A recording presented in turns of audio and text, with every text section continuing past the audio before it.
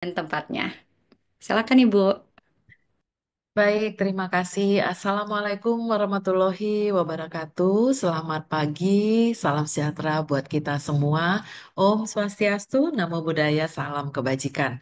Yang saya hormati para narasumber webinar pagi hari ini, Dr. Piprim Basara Yanuarso, spesialis anak konsultan, Ketua Ikatan Dokter Anak Indonesia. Juga Dr. Nur Rofiah dari Ketua Pendidikan dan Informasi Islam dan Hak-Hak Perempuan atau Rahima.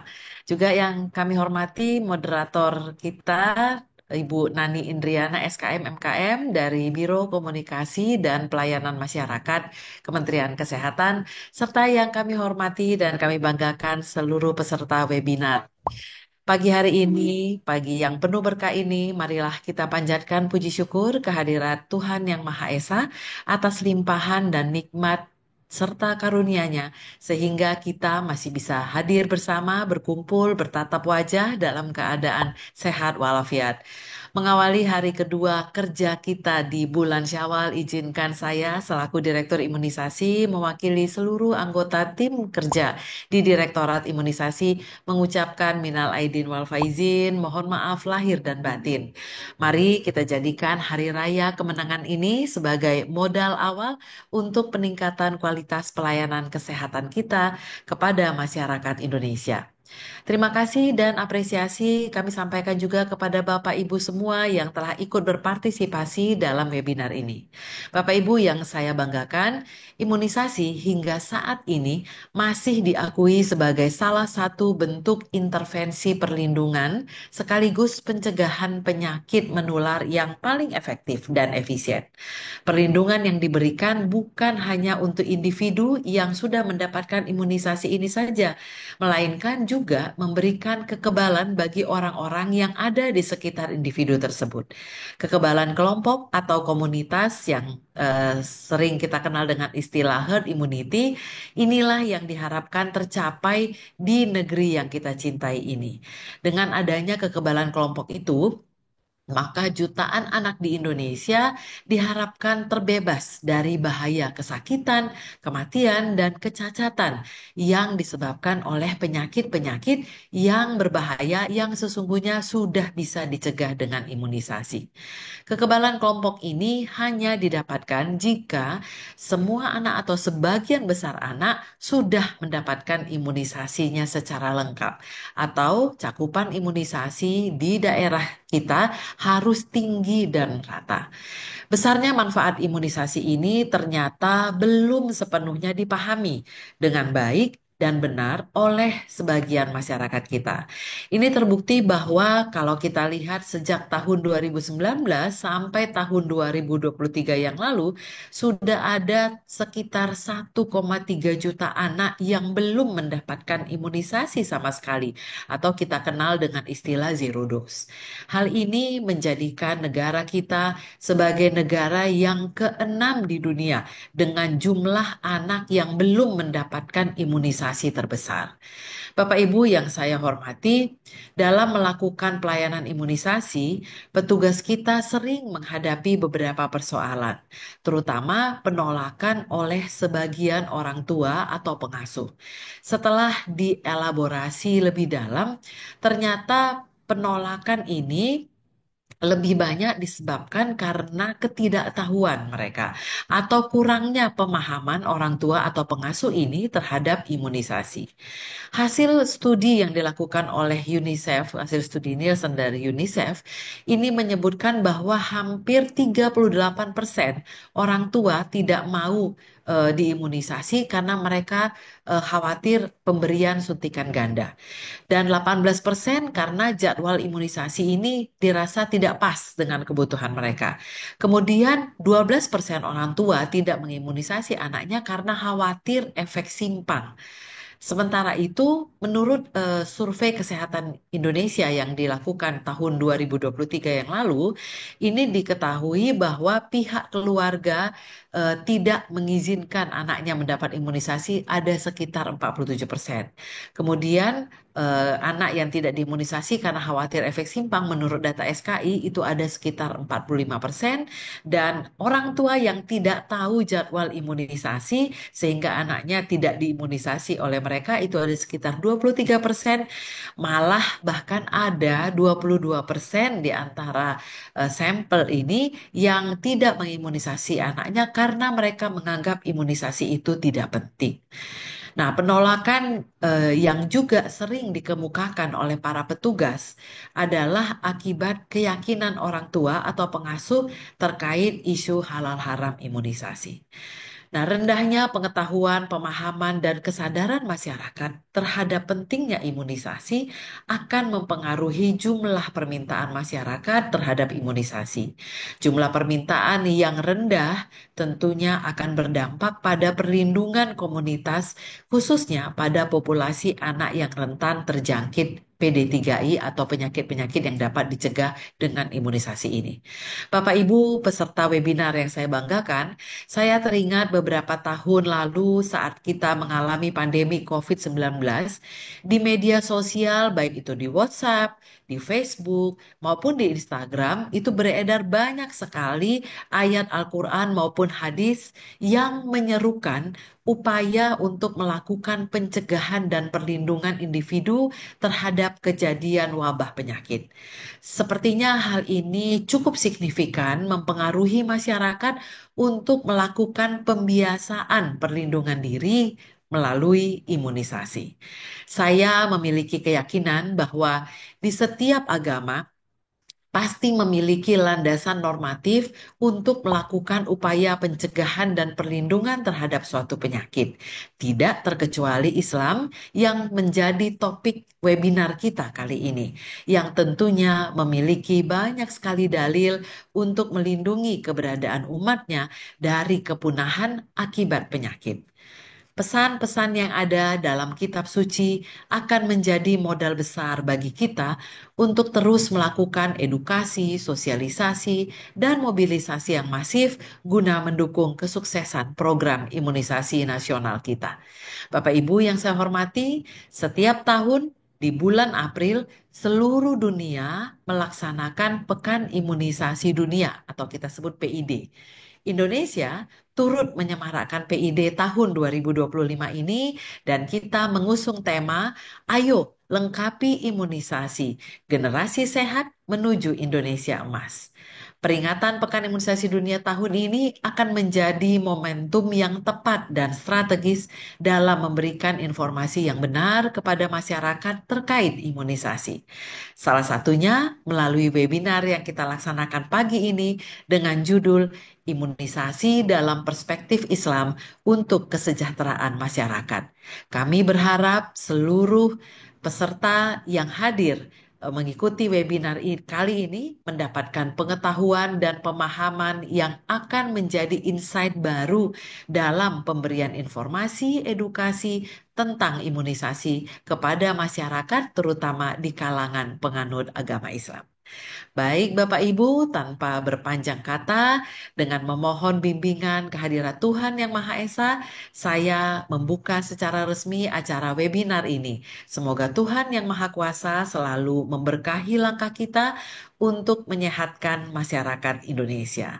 Saya akhiri sambutan ini dengan satu pantun penutup, pergi ke pasar membeli talam, membawa adik yang membeli dasi. Selamat mengikuti webinar Perspektif Islam, selamatkan generasi melalui imunisasi. Terima kasih Bapak Ibu, salam sehat dan tetap semangat buat kita semua. Wassalamualaikum warahmatullahi wabarakatuh. Om Santi Santi Santi Om. Baik, terima kasih banyak kepada Dokter Prima atas sambutan yang disampaikan. Pantunnya cakep, Ibu. Sambutan yang tadi juga menjadi pengingat ya bagi kita semua bahwa imunisasi itu penting sekali untuk membentuk kekebalan kelompok agar seluruh anak di Indonesia terbebas dari risiko kematian dan kecacatan dari penyakit berbahaya yang bisa dicegah. Oke, selanjutnya kita akan masuk ke sesi diskusi utama dengan para narasumber yang luar biasa. Dan untuk memandu jalannya diskusi, supaya lebih dalam pembahasannya dan lebih interaktif, saya serahkan acara ini kepada moderator kita. Mbak Nani Indriana, SKM MKM, yang merupakan Ketua Tim Kerja Publikasi Media dari Rokominfo Kementerian Kesehatan. Mbak Nani juga sudah hadir di tengah-tengah kita, jadi kepada Mbak Nani, dipersilakan waktu dan tempatnya. Terima kasih Novi. Assalamualaikum warahmatullahi wabarakatuh. Selamat pagi rekan-rekan semua. Senang sekali bisa menjadi bagian dari webinar yang sangat luar biasa pada pagi hari ini. Perkenalkan saya dengan Nani yang akan memoderatori sesi diskusi pada hari ini. Tadi Ibu Prima sudah menutup dengan pantun, saya izinkan juga untuk membuka sesi ini dengan sedikit pantun. Embun pagi jatuh perlahan. Mentari bersinar menembus awan. Imunisasi bukan sekadar anjuran, ia adalah bentuk kasih dan perlindungan bagi anak-anak kita. Tadi kita sudah mendengar paparan dari Dokter Prima tentang pentingnya imunisasi dari sisi kebijakan pemerintah. Nah, sekarang saatnya kita akan mendalami lebih jauh dari dua perspektif, yaitu dari perspektif Islam dan perspektif medis. Untuk itu, kita telah menghadirkan dua narasumber yang sangat kompeten di bidangnya. Yang pertama adalah Dr. Piprim Basarah Yanuarso. Beliau adalah seorang dokter spesialis anak sekaligus Ketua Ikatan Dokter Anak Indonesia atau IDAI. Kita akan banyak bincang dengan beliau dari sisi medis, bagaimana imunisasi bekerja, seberapa besar manfaatnya bagi anak-anak, dan apakah ada efek samping yang perlu diperhatikan. Kemudian kita juga akan mendengar dari Dr. Nur Rofiah. Beliau adalah dosen pasca sarjana Prodi Ilmu Tafsir Perguruan Tinggi Ilmu Al-Quran atau PTAQ Jakarta, Indonesia, sekaligus seorang cendekiawan muslimah yang aktif dalam kajian Islam dan keadilan sosial. Tanpa berlama-lama, mari kita mulai dari sesi pertama dengan narasumber kita, yaitu Dr. Piprim. Kita sapa terlebih dahulu. Selamat pagi, Dr. Piprim. Selamat pagi, Assalamualaikum. Mbak Nani. Waalaikumsalam. Iya. Baik dok, tadi juga sempat dimention ya dok, banyak sekali pertanyaan dari masyarakat mengenai sejarah imunisasi dari perspektif medis dan Islam, terutama bagi anak-anak. Nah, kita pagi hari ini akan langsung mendengar penjelasan lebih dalam dari dokter terkait hal tersebut. Waktu dan tempat kami persilakan dok. Baik, terima kasih. Assalamualaikum warahmatullahi wabarakatuh. Selamat pagi, salam sejahtera semua. Eh, yang saya hormati Bu Prima ya, eh, dan Bu Yudit. Kemudian juga eh, narasumber kedua siapa ya tadi ya, Bu? Dokter Nurafiah dok. Ya, Ibu Dr. Nur Rafiah. Eh, dan juga yang saya banggakan Bapak Ibu, ada bapaknya nggak ya? Bapak Ibu, mudah-mudahan ada bapak-bapaknya juga yang mengikuti webinar pada pagi hari ini dalam rangka Pekan Imunisasi Dunia 2025 ya.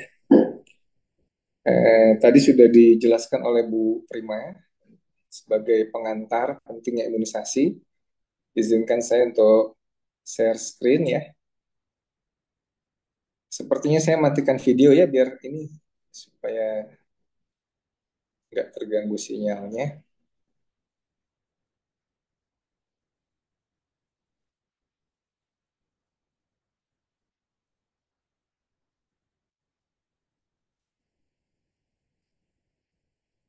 Baik, ini sudah kelihatan ya. Sudah jelas dok. Baik, ini sejarah imunisasi dari perspektif medis. Ini cucu saya sendiri, cucu ketiga ya, yang diimunisasi sambil tersenyum ya, diimunisasi oleh yang T-nya ya. Kayak ada isu tuh, dokter ngomong imunisasi, coba anak cucunya sendiri divaksin apa enggak gitu kan. Nah, ini cucu saya sendiri nih, cucu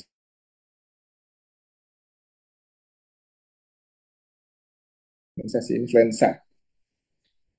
Eh, ini sedikit outline-nya ya.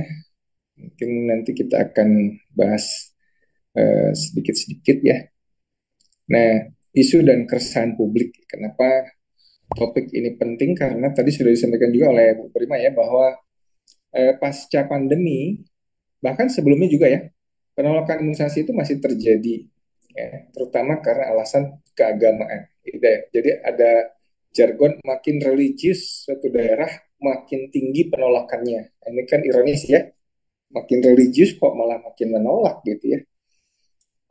Kemudian juga ada hoax dan misinformasi yang menyebar luas di era media sosial seperti ini.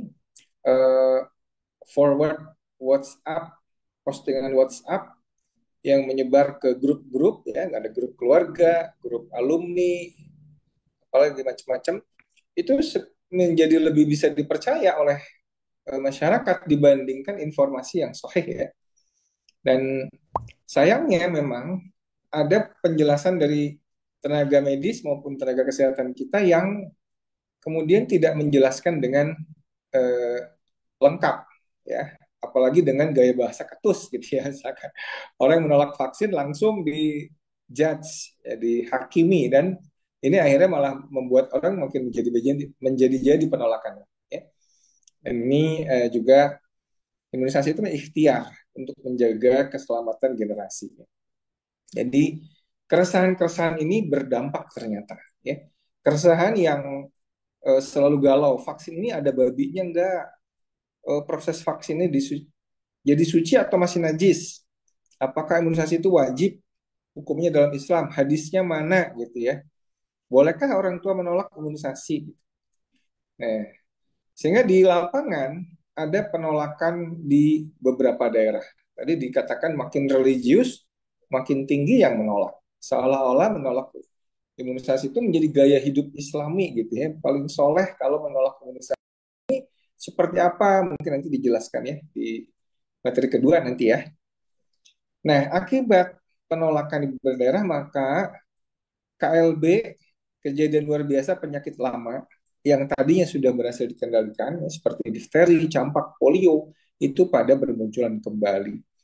Nah, ini sebetulnya adalah tantangan untuk melakukan komunikasi yang efektif bagi para tenaga kesehatan. Ya. Jadi masyarakat yang galau itu jangan dimusuhin, jangan dihakimi, tapi dijelaskan ya dengan penuh kasih sayang ya, dengan penuh empati. Nah, dampaknya di lapangan juga menurunkan cakupan imunisasi nasional. Kadang-kadang di atas kertas, oh imunisasi bagus, bagus.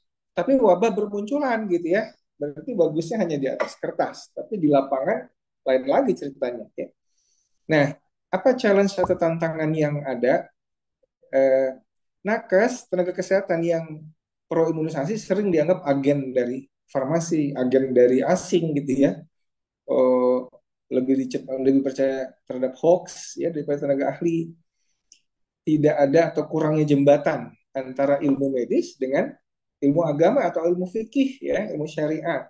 Sehingga perlu pendekatan yang lebih mengedepankan adab dan keadilan. Jadi sebetulnya imunisasi bukan hanya soal medis tapi juga soal keimanan, soal nilai dan soal kemaslahatan.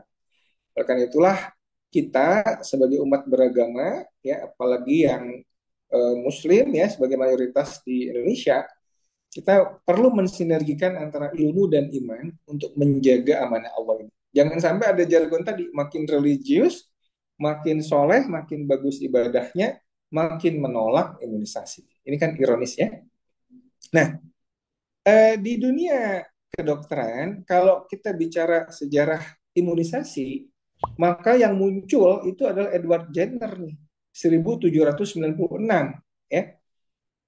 Tahun 1796 Edward Jenner dilaporkan menemukan vaksin cacar.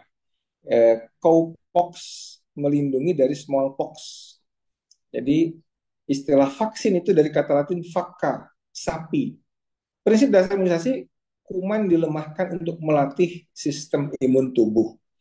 Tapi kita jarang membahas Edward Jenner ini terinspirasi oleh siapa gitu ya. Nah, rupanya nih, The first full jadi written di record abad of a smallpox case is provided by a 9th ada century dokter Persian Muslim yang physician, namanya Rhazes. Ar-Razi He ya, describes a gruesome pathology that itu begins sudah with a rash mendeskripsikan covering the penyakit body, cacar then days dengan later sangat breaks out detail into tiny ya. pus-filled pox. Blindness may result if the eyes are affected. If a patient is lucky, he is scarred for life. If not, he dies. This virus killed people by destroying internal systems. We could see what it was doing to the outside of the body, the skin. Comfortable. The physician Razis recommends that victims should be bled to the point of fainting. Other therapies include opening the sores on the 7th day with a Sayangnya golden obatnya needle dulu or drinking a tusuk potion jarum of ya, horse minum dung. racun ya, tentu saja tidak bisa ini karena memang penyakit ini penyakit berat. Tapi penyakit cacar itu dideskripsikan oleh ilmuwan Muslim Ar-Razi itu pada abad ke-9 ya. Nah, ini bagaimana dengan ini wabah cacar pertengahan abad ke-19 ya. Ini di Indonesia. Kita lihat yang putih-putih itu pakai APD ya. Zaman dulu udah ada APD-nya tuh. Karena penyakitnya menular, tenaga kesehatannya pakai APD. Nah, ini banyak sekali. Nah, ini ya, penyakit cacar yang sangat mengerikan ini.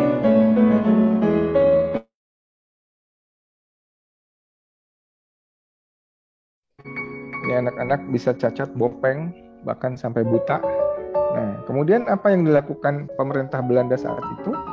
Memanggil masyarakat untuk kumpul di balai desa, ya, dikumpulkan, dipanggil, ngapain? Nah, ini ternyata datanglah Pak Menteri Kesehatan, ya, panggil satu-satu untuk dilakukan vaksinasi, ya. Jadi dulu zaman Belanda pun sudah ada vaksinasi, ya. Untuk apa? Untuk mencegah supaya masyarakat itu tidak tertular penyakit cacar. Karena orang Belandanya juga takut ya menjajah Indonesia kalau berkecamuk wabah cacar, dia juga takut bopeng. Masyarakat harus disehatkan dulu sebelum dijajah gitu kira-kira. Nah, ini sebetulnya ceritanya 1700-an itu ada sapi yang kena sakit cacar, ya, cowpox namanya. Nah, nanah dari sapi yang kena cacar itu oleh masyarakat Turki pada saat itu lazim dioleskan ke kulit, digores-gores ke kulit masyarakat sehingga masyarakat Turki itu tidak tertular penyakit cacar, ya. Jadi inilah sebetulnya yang awal mulanya nih. Jadi masyarakat Muslim Turki yang kerjaannya nih menggoreskan nanah dari cacar sapi itu digoreskan di kulit supaya kemudian masyarakat itu bebas dari atau kebal terhadap serangan wabah cacar yang pada saat itu memang lagi banyak-banyaknya. Nah, tahun 1724 istri dari duta besar Inggris di Turki, ya, Lady Mary Montague, itu mengenalkan metode tersebut ke Inggris.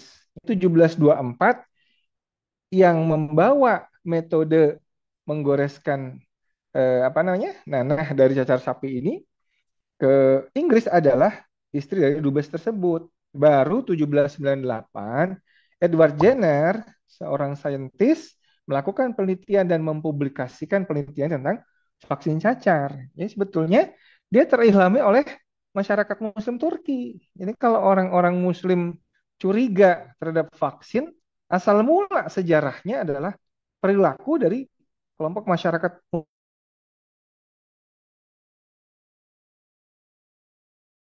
di luar belum mengenal kebiasaan mengguris nanah dari cacar sapi ini untuk mencegah imunisasi, mencegah penyakit cacar. Dan alhamdulillah berapa tahun tuh ya? 200 tahun kemudian WHO menyatakan dunia bebas cacar. Sampai sekarang alhamdulillah cacar yang mengerikan itu tidak ada lagi. Sekarang adanya cacar air ya, varicella.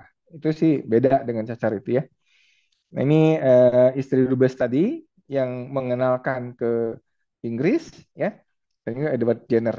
Jadi yang dapat namanya sampai sekarang sejarah mencatat penemu vaksin cacar itu Edward Jenner, padahal mereka diilhami oleh masyarakat Muslim Turki itu jarang disebut-sebut. Ya. Nah, kemudian berkembanglah vaksin ya. Memang teknologi vaksinasi ini berkembang sangat pesat ya, mulai dari Louis Pasteur, mengembangkan vaksin rabies dan antraks.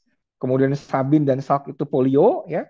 Kemudian di era modern, apalagi di masa COVID, ini vaksin banyak banget platformnya ya. Ada mRNA dan macam-macam ya. Ada macam-macam lah ya. Nah, apa dampak positif imunisasi? Jadi secara global, smallpox itu dinyatakan punah oleh WHO tahun 80. Polio menurun lebih dari 99%. Ya, hanya sedikit negara yang masih ada polionya. Ya, sayangnya negara kita itu ada juga ya polionya. Kemudian kematian anak karena penyakit-penyakit itu menurun drastis. Kata WHO, vaksinasi ya, menyelamatkan 3 juta jiwa per tahun ya. Di Indonesia imunisasi dasar lengkap ya. Ini sudah kita gaungkan juga dari Kementerian Kesehatan ya. Cakupannya yang tinggi menurunkan KLB dan kematian, tapi cakupannya kembali rendah, kembali bermunculan ya. Nah, ini vaksinasi COVID-19 contoh terbaru dari kerja besar imunisasi. Nah, Bapak Ibu sekalian, kita ngingetin aja ya, apa sih penyakit yang bisa dicegah dengan imunisasi? Misalnya pertusis. Nah, ini kalau gambar kurang ini ya, kurang mantap. Coba kita lihat videonya ya. But over the next Nah, 4 ini to anak-anak yang batuk an pertusis nurse ini practitioner saw it and sangat diagnosed it kasihan right ya. away. Disease. You see, the infection happened in the Batuknya airway or sampai trachea. The 100 hari pertussis kayak gitu bacteria ya. produce toxins that irritate Nah, and inflame the jadi airway. toksinnya itu This bisa causes the severe, bikin repeated cough that lasts for penyempitan months. They call it the saluran 100-day napas cough. ya. Tuh, batuknya sampai kayak gitu ya. Oh, kasihan banget ya. Ini sampai biru wajahnya. Nah, itu ya.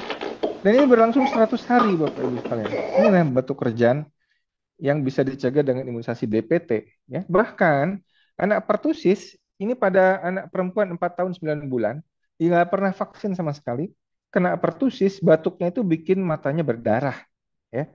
Coba bayangkan aja batuk sampai perdarahan hebat di mata kiri. Ini ada lagi dua-duanya nih. Temennya ya, 5 tahun nggak pernah vaksin juga, kena pertusis itu 100 hari ya, pendarahan hebat di kedua mata ya. Dan pertusis bisa dicegah dengan DPT ya. Nah, ini imunisasi pada ibu hamil ya. Contoh adalah ini mencegah penyakit tetanus neonatorum. Ini bayi 6 hari, 2,6 kilo, nggak mau minum sejak usia 1 hari. Male Kita child lihat. weighing 2.6 kg Nah, was ini brought kerja by kaku parents begini, with mulutnya complaint mencucut, of nggak bisa refusal to minum ya. feed since one day. Mother was not Ibunya immunized tidak with tetanus diimunisasi toxoid during TT pregnancy. On selama examination, kehamilan. we noted muscle rigidity Tuh, and itu spasm kaku of sekali, skeletal spasm muscles. ya. Note Ini that masalahnya spasm adalah and dia rigidity are nggak bisa precipitated nyusu. by touch Ya, and noise. bagaimana bayi seperti ini bisa bertahan? Ya, ini 90% lebih bisa meninggal karena penyakit tetanus ini ya. Nah, ini yang kemarin heboh. Targeted our most vulnerable, children under 5. Spread by fecal, oral, person-to-person transmission, launching an attack on the nervous system, in some cases leading to paralysis in a matter of hours. By mid-century, polio caused widespread panic, and the 1940s and 50s would be remembered for the spread of polio in epic proportion. People were urged to avoid crowded areas.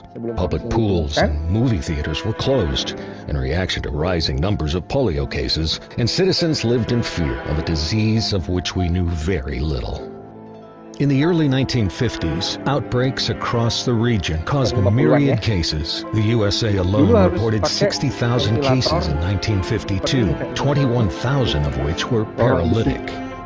Hospitals overflowed with polio victims encased in iron lungs. Parents and children were separated during long quarantine periods. The time period was marred by images of leg braces, iron lungs, wheelchairs, and breathing mechanisms.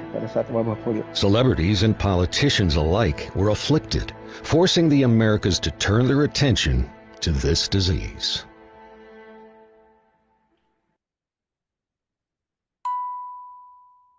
Ya, jadi sebetulnya imunisasi itu hak anak ya dalam perspektif medis. Jadi kita ingin imunisasi itu untuk agar supaya anak sehat, terlindungi, supaya nggak kena penyakit-penyakit yang berbahaya tadi. Karena anak belum bisa ambil keputusan medis, maka tanggung jawabnya adalah ada pada orang tua, pada tenaga kesehatan, dan juga pada negara. Jadi Orang yang menolak imunisasi tanpa alasan medis, ya, menganggap penyakit-penyakit berbahaya itu tidak apa-apa kena anak, nah ini mengabaikan hak anak. Ya. Ini dasar hukumnya, ini bisa dibaca di peraturan-peraturan ini, ya. Nah, etika medisnya bagaimana? Bahwa imunisasi itu merupakan perlindungan. Kalau menolak imunisasi semua dengan membahayakan anak. Dan secara justisnya, semua anak itu berhak mendapatkan imunisasi. Untuk masalah autonominya, anak itu belum bisa otonom, dia belum bisa memutuskan sendiri. Maka orang tua lah yang harus memberi keputusan yang cerdas untuk kepentingan anaknya di masa depan. Jangan sampai keputusan orang tua kemudian mencelakakan anaknya, ya. Jadi disikut jika anak tidak diimunisasi rentan terhadap penyakit serius, ya bisa campak, polio, TBC dan lain-lain. Potensinya cacat, permanen atau mati. Jadi karier. Jadi selain dia merugikan dirinya, dia juga bisa menyebarkan penyakit bahaya tersebut pada bayi atau anak lain. Jadi ancaman untuk komunitas, ya. Nah, bagaimana perspektif dan tanggung jawab keagamaannya? Orang tua itu harus melindungi anak secara moral dan hukum. Negara wajib menyediakan vaksin yang aman, berkualitas dan halal. Ini negaranya sudah menyiapkan nih, tapi tidak dipakai, mubazir, ya. Nah, tenaga kesehatan apa perannya? Memberikan edukasi yang jujur dan empati. Jangan sampai tenaga kesehatan justru malah bikin orang tua malah eh, antipati terhadap imunisasi, ya. Nah, dari perspektif ulama dan fatwanya, ini adalah menjaga jiwa, tujuan utama syariat. Kemudian fatwa MUI, imunisasi bisa wajib kalau ada ancaman nyawa. Menolak imunisasi tanpa dasar adalah bentuk penelantaran anak. Ya. Mengapa masyarakat kita masih ragu terhadap imunisasi? Pertama, kurangnya literasi kesehatan. Bahasa-bahasa yang disampaikan sulit dipahami masyarakat awam. Jadi masyarakat itu nggak ngerti betapa besarnya bahaya difteri misalkan. Ada salah satu orang tua yang mengira difteri itu kan yang beraknya berdarah itu ya dok, gitu ya. Difteri keliru dengan disentri, ya. Ya, jadi ini ternyata memang masyarakat harus dipahamkan dulu bahayanya penyakit yang bisa dicegah dengan imunisasi. Ya. Ini ada hoax dan konspirasi. Narasi sesat lebih dipercaya jika datang dari orang terdekat. Ya. Biasanya kalau lebih heboh, lebih ngaco, biasanya lebih dipercaya. Ya. Nah, ini bahan haram, kekhawatiran tentang babi, najis, dan transparansi produksi. Ini juga sering ini ya, membuat galau. Dan kemudian tidak percaya. Trauma pada pemerintah industri, imunisasi dianggap proyek untung ya, apalagi kalau banyak koruptor ya di pemerintahannya. Ini juga bikin masyarakat tidak percaya. Ke bawah-bawah deh vaksinasinya ya. Nah, keraguan karena agama. Penolakan bukan karena tidak peduli, tapi takut melanggar syariat. Ya, ini ya. Jadi takut ini haram, takut dosa gitu ya. Sehingga ketakutannya terhadap syariat itu mengabaikan hak-hak anak untuk hidup sehat. Nanti mungkin bisa lebih dibahas oleh pembicara kedua. Kemudian tidak semua daerah punya akses ulama yang paham medis. Ya, ulama banyak, dokter banyak, tapi ulama yang paham medis nggak banyak. Dokter yang paham fikih syariat nggak banyak. Ya, kita mesti koordinasi sinkronisasi masalah ini. Kemudian perbedaan fatwa antara tokoh agama buat semakin bingung. Ada banyak pilihan mazhab di situ, tapi kita bisa ikut pilihannya MUI ya. Di situ MUI sangat mendukung terhadap imunisasi ya. Nah, peran untuk menjawab keraguan. Tenaga kesehatan ngapain? Jelaskan dengan bahasa yang membumi dan sopan. Nah, ini sebagai tenaga kesehatan kita mesti belajar ya bagaimana edukasi vaksinasi terhadap masyarakat. Ini sekarang ada AI, ada chat GPT. Kita bisa minta ya chat GPT itu untuk membuatkan bagaimana narasi edukasi vaksinasi yang lebih membumi ke masyarakat gitu ya. Dalam bahasa Sunda bisa, bahasa Jawa bisa ya kalau kita masyarakatnya masyarakat daerah nggak bisa bahasa Indonesia ya. Jangan menyalahkan tapi bimbing dengan empati. Ini juga ChatGPT bisa nih ya minta supaya edukasi yang empati gitu ya. Nah, coba bisa dimanfaatkan. Libatkan tokoh agama dalam penyampaian pesan. Kemudian peran masyarakat umum. Nah, jadilah kita sebagai masyarakat agen perubahan ya di keluarga, di sekolah ya sebagai guru, kemudian tokoh lokal harus verifikasi info, jangan ikut menyebarkan hoax dan bangun budaya klarifikasi dan edukasi. Nah, bagaimana ini saya sedikit bahas juga perspektif Islam terhadap imunisasi ya, bahwa Islam itu mendukung ikhtiar kesehatan, menjaga jiwa adalah salah satu tujuan utama syariat atau maqasid syariah. Imunisasi itu bentuk perlindungan terhadap nyawa, terutama anak-anak. Islam bukan agama yang menolak ilmu, tapi mendukung upaya menjaga kehidupan ya. Bahkan berobat itu adalah perintah karena Allah tidak menurunkan penyakit kecuali menurunkan pula obatnya. Nah, kita mesti mengikhtiarkan berobat itu ya. Nah, darurat, ini kaidah fikih, darurat membolehkan yang terlarang. Ini ada di fatwa MUI ya. Kalau darurat tidak ada vaksin yang dapat label halal, itu boleh digunakan vaksin dengan unsur haram. Banyak vaksin kita diberikan unsur haramnya tidak tersisa dalam bentuk akhir. Islam melihat konteks adakah alternatif atau apakah darurat. Ini yang dipahami oleh MUI ya. Menganggap unsur haram sama dengan otomatis haram tanpa melihat konteks, ini adalah sebuah kesalahan. Padahal Islam itu fleksibel dan realistis, selalu mempertimbangkan kemaslahatan umat. Ya. Jadi fatwa MUI ini bisa dilihat lagi nanti bahwa imunisasi itu mubah, bahkan bisa wajib jika dibutuhkan untuk mencegah penyakit. Vaksin dengan unsur haram boleh dalam kondisi darurat jika tidak ada alternatifnya.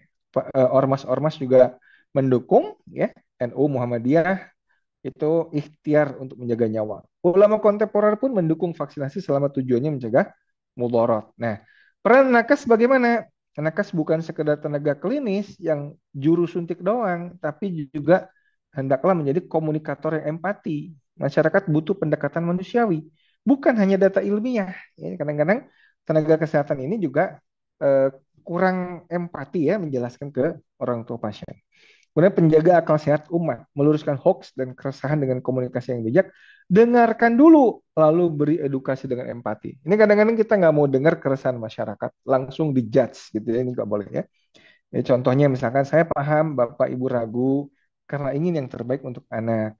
Namun izinkan saya Bu memberi informasi bahwa begini begitu ya. Jadi ini mendengarkan dulu. Nah, jadi nakes sebagai jembatan ilmu dan iman menghadapi isu agama dan kepercayaan, jangan alergi dengan pertanyaan agama. Tandanya itu ada kepedulian, bukan penolakan. Dia itu yang ragu-ragu itu sebetulnya karena concernnya dengan konsep syariah, sehingga dia takut kalau imunisasi ini begini begitu melanggar syariah. Nah, itu mesti kita jelaskan dengan baik ya. Kemudian pahami dasar-dasar syariat, maqasid syariah, fatwa MUI, kaidah darurat. Kolaborasi lintas peran, libatkan tokoh agama dan komunitas dalam edukasi. Edukasi bersama ustadz atau kiai bisa meningkatkan kepercayaan dan cakupan imunisasi. Jadi kunci komunikasi efektif adalah yang sederhana, hindari jargon medis, ceritakan kisah nyata, testimoni orang tua, atau pakai animasi yang mudah dipahami pasien. Nakes jadi teladan, vaksin anak sendiri. Tadi ya contohnya misalkan saya vaksin cucu sendiri ya. Edukasi konsisten dan sabar, jawab dengan tenang dan hindari debat. Kalau pada pertemuan pertama masih belum ada kesepakatan, belum ada setuju vaksin, orang tua itu biarkan dulu aja. Tetap berbuat baik dengan orang tua pasien yang menolak tadi. Siapa tahu next time dia akan mau anaknya divaksinasi ya.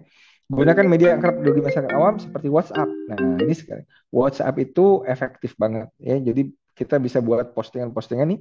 Mohon bantuan juga untuk Bapak Ibu. Kalau ada pengalaman baik, ada ilmu baru tentang vaksin, silakan disebarkan WhatsApp grup. Karena jangan sampai kita kalah yang komunitas yang lebih yang mendukung vaksinasi kalah langkah oleh yang anti vaksin, penyebaran hoax itu. Kita lawan dengan penyebaran konten-konten yang benar ya, pengajian lokal, media sosial komunitas ya. Dok, Nah, izin 5 menit lagi ya, Dok. Ya ini udah mau selesai. Oke. Peran masyarakat dalam menangkap misinformasi, masyarakat itu bisa garda terdepan melawan hoax ya. Di era digital, semua orang adalah penyebar informasi. Misinformasi, imunisasi bisa menyebar cepat via grup WA, medsos dan lain-lain. Peran masyarakat menjadi agen literasi, bukan sebagai penerima info. Ya. Jadi kita harus aktif juga menyebarkan ya informasi yang sahih ya. Edukasi dari orang dekat, ibu PKK, guru, tokoh RT, ini bisa lebih dipercaya apabila kita menjadi tokoh di masyarakat untuk ikut mengedukasi masyarakat. Verifikasi dulu sebelum share kepada masyarakat. Ya. tokoh kunci dan strategi edukasi, ustadz, kiai, guru, kepala sekolah, kader, posyandu, terus influencer lokal. Ya. Ini saya kira harus cek sumber yang betul, bahasanya sederhana. Di arisan-arisan pun bisa ya untuk apa namanya edukasi imunisasi. Edukasi yang hangat dan tidak menggurui lebih mudah diterima. Jangan menggurui dan juga jangan menghakimi. Nah, ini amal jariah informasi ya. Keluarga itu sekolah pertama. Orang tua role model literasi. Ajak anak berdialog tentang kesehatan sejak dini. Sebarkan ilmu sama dengan sedekah ya. Siapa yang menunjukkan kebaikan dapat pahala.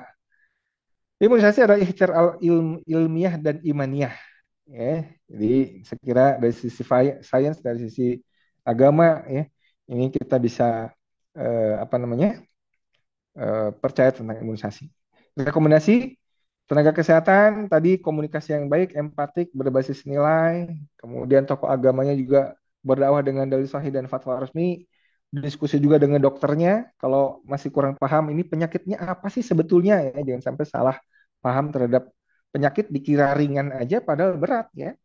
Dan pemerintah tingkatkan transparansi ya, dukung riset produksi vaksin ini halal dari awal ya, jadi nggak ada lagi ribet masalah halal haram karena sudah semua vaksin halal ya. Dan saya kira ini sebagai penutup, ilmu kedokteran ajaran Islam itu tidak bertentangan, keduanya berdampingan dalam menjaga kesehatan dan kehidupan. Mari saling mendukung, saling memahami dan saling menguatkan, melindungi generasi penerus umat. Terima kasih. Itu saja mungkin. Assalamualaikum warahmatullahi wabarakatuh. Waalaikumsalam warahmatullahi wabarakatuh. Terima kasih banyak Dokter Piprim atas penjelasannya yang sangat insightful ya dok ya. Jadi saya rangkum sedikit tadi ada dari sudut pandang Dokter Piprim bahwa memang imunisasi itu adalah halal ya dok ya. Dari sejarahnya medis juga begitu sangat dipersiapkan dalam pembuatan vaksinnya yang pada akhirnya imunisasi juga aman untuk dimanfaatkan oleh masyarakat luas. Dan tadi satu lagi juga saya tangkap bahwa di era digital saat ini adalah setiap orang adalah agen literasi. Jadi tidak hanya menerima informasi tapi juga bertanggung jawab untuk menyebarkan informasi yang benar terhadap di sekitarnya gitu. Ini juga saya lihat sudah banyak juga pertanyaan-pertanyaan yang masuk ya di kolom Q&A, tapi mungkin sebelum kita menjawab pertanyaan, kita lanjutkan dulu ke sesi yang kedua, yaitu dari pemaparan dari Dr. Nur Rofiah. Selamat pagi dok, apakah sudah bergabung Dr. Nur Rofiah? Assalamualaikum, selamat Wah, pagi. Apakah suara saya terdengar jelas? sangat jelas dok, sangat jelas dokter. Alhamdulillah ya dok ya, terima kasih. Senang sekali bisa berdiskusi dengan Ibu pada hari ini dan tentunya di sini juga banyak peserta yang penasaran bagaimana sih imunisasi itu dalam pandangan Islam. Jadi silakan langsung dimulai untuk pemaparannya Dr. Nur Rofiah. Terima kasih Ibu Nani. Bismillahirrahmanirrahim. Assalamualaikum warahmatullahi wabarakatuh. Alhamdulillah wassalatu wassalamu ala Rasulillah wala haula wala quwata illa billah amma ba'du. Yang saya hormati Ibu Dr. Prima Yosefin MKM, Bapak Dr. Piprim Basara Yanuarso SPAK, Bapak Ibu peserta webinar imunisasi dalam perspektif Islam untuk kesejahteraan masyarakat. Perkenalkan saya Nur Rofiah, tadi sudah disebut sebagai dosen ilmu Al-Quran dan Tafsir di Perguruan Tinggi Ilmu Al-Quran atau PTIQ Jakarta, juga dari Perhimpunan Rahimah, salah satu dari 3 organisasi pengusung Kongres Ulama Perempuan Indonesia atau KUPI. Saya menyimak pemaparan Pak Dr. Piprim dan sepertinya sudah lengkap sekali termasuk perspektif Islamnya ya.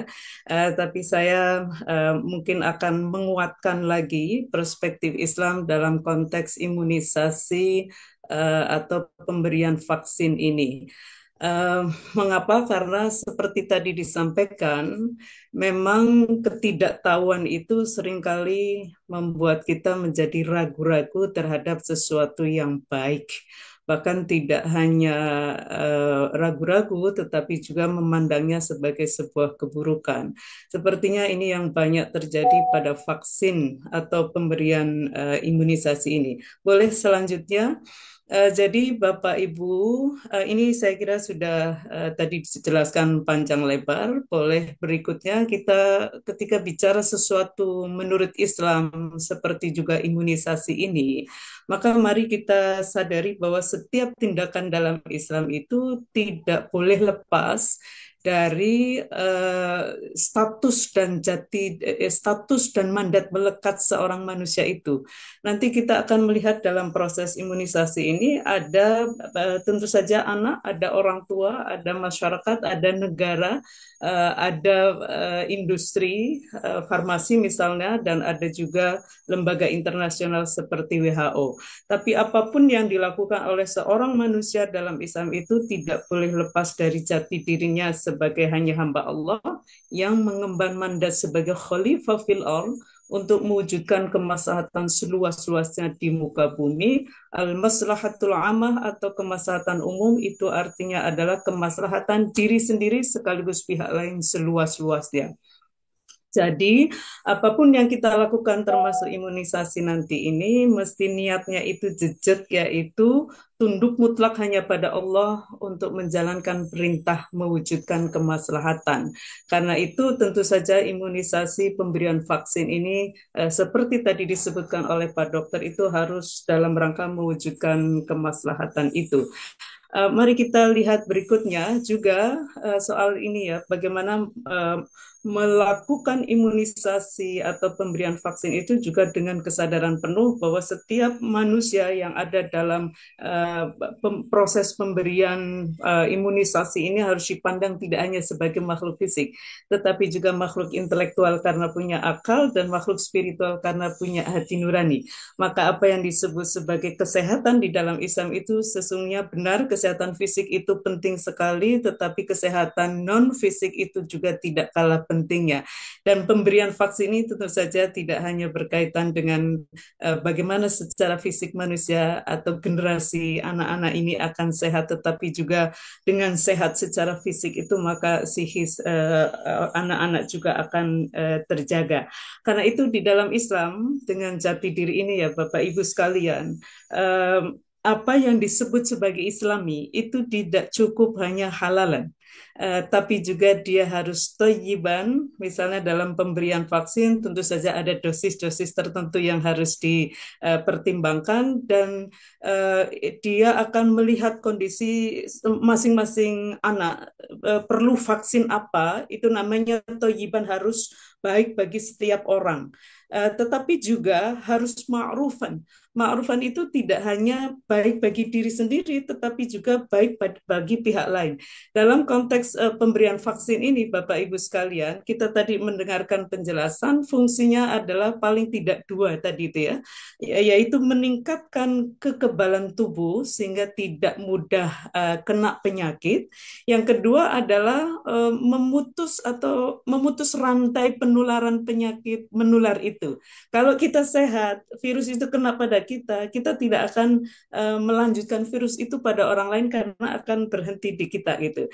Jadi ini adalah bagian dari tanggung jawab sosial kekhalifahan tadi itu. Melindungi diri sendiri sekaligus pihak lain, itu adalah prinsip yang sangat dasar sekali di dalam Islam, berkaitan dengan sesuatu tindakan disebut Islami itu harus halal dan thayyiban ma'rufan. Berikutnya, mari kita lihat Bapak Ibu sekalian. Boleh next slide ya.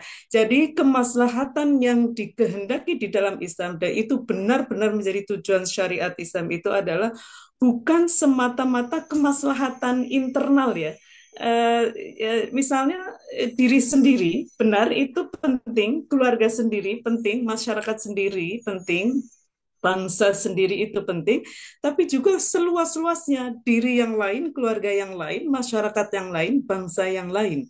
Dengan mewujudkan kemaslahatan yang antara lain berupa kesehatan fisik dan non-fisik ini, maka kita akan melakukan tindakan-tindakan seperti imunisasi ini, seperti pemberian vaksin ini sesungguhnya adalah bagian dari ikhtiar mewujudkan atau bagaimana kita bisa menjadi bagian dari anugerah Islam atas semesta dengan menjaga kesehatan diri sendiri dan juga menjaga kesehatan pihak lain. Mari kita lihat selanjutnya, Bapak Ibu, inti dasar dari Islam itu adalah mewujudkan kemaslahatan. Karena itu ketika tadi misalnya Pak Dokter mengatakan bahwa salah satu hambatan dari penolakan vaksin atas nama agama itu adalah karena dia tidak berasal dari keilmuan Islam, itu berasal dari ilmu barat mungkin dan lain sebagainya, maka mari kita renungkan bersama bahwa di dalam Al-Quran sendiri itu menegaskan bahwa seandainya kalimat-kalimat Tuhan, qul law kana al-bahru midadan li kalimati rabbi lanafidal bahru qabla an tanfada kalimatu rabbi walau ji'na bimithlihi madada. Jadi ayat ini menegaskan bahwa kalau saja ayat-ayat Tuhanku itu dituliskan dengan samudra tinta, maka ayat Tuhanku itu tidak akan pernah selesai dituliskan meskipun didatangkan samudra-samudra tinta lainnya. Apa artinya? Artinya adalah kalau kita mau menulis Al-Quran itu tidak perlu satu samudra tinta, mungkin satu cangkir atau botol. Berarti ada kalimat Rabbi, kalimat-kalimat Tuhan yang lain di luar Al-Quran itu. Karenanya ulama itu mengatakan ada ayat-ayat Tuhan yang verbal berupa kata-kata yaitu Al-Quran, dan ada ayat Tuhan yang tidak berupa kata-kata yaitu alam semesta raya seisinya. Karena itu ulama mengatakan bahwa Al-Quran itu adalah ayat kecil. Sedangkan alam semesta raya seisinya termasuk manusia, termasuk virus dan lain sebagainya yang terjadi dalam kehidupan manusia, itu adalah ayat besar. Mengapa? Karena bayangkan kalau dituliskan satu persatu itu mungkin bersamudra-samudra tinta tidak akan selesai. Manusia ada miliaran, mungkin triliunan. Belum lagi virus, kita tahu bahwa virus itu terus berkembang variannya.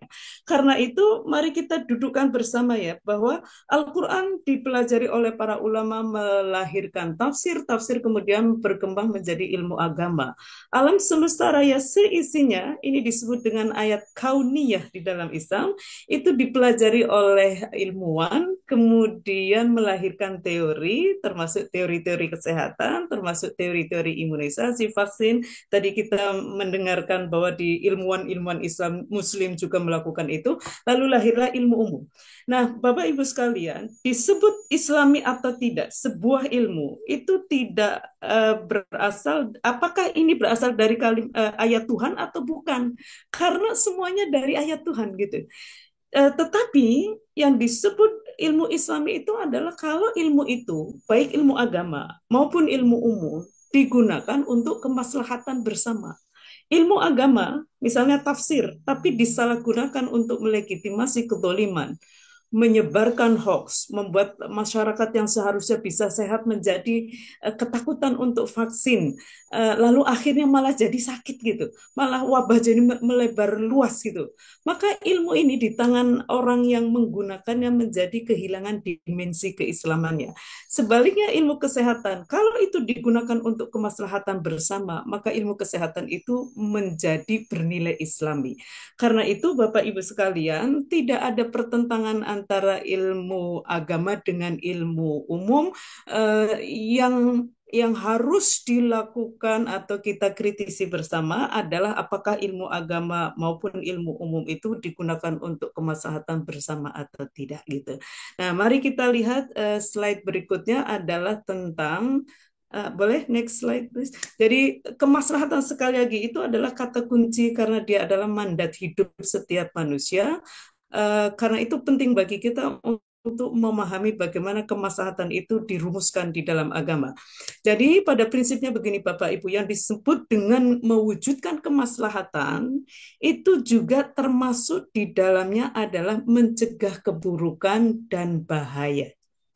Inilah yang terjadi dalam imunisasi itu. Kadang-kadang kita itu tidak tahu dampak dari imunisasi itu karena keburukan yang mau diwujudkan dari imunisasi itu tidak terjadi gitu. Tapi kalau itu tidak dilakukan, baru kita tahu dampak buruknya.